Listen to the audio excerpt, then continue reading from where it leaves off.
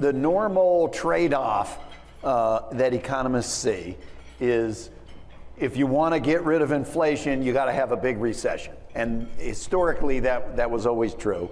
As we went through 2023, I started calling it the golden path, that maybe we could get the inflation down without having a big recession, because there were several weird things about 2023 that were not like normal. So if your thing was to just look back at history, and then you would have concluded it's impossible. But we had COVID, a destruction of the supply chain, a bunch of damage that was healing.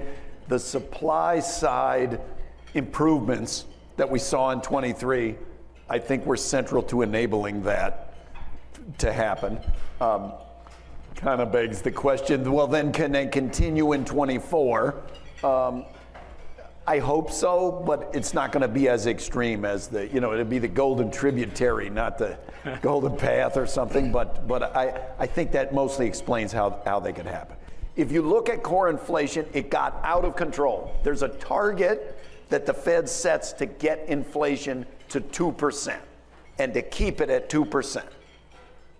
Congress gives us by law a mandate of what our job is at the Fed, which is stabilize prices and maximize employment. So we've said publicly we want to get PCE inflation to 2%, and it got almost to 6% and out of control. We've worked it back, and taking a longer arc, it's clear inflation is way down from its peak. We have hit a little bit there. That was not without bumps, and you highlight January, February, there were some bumps.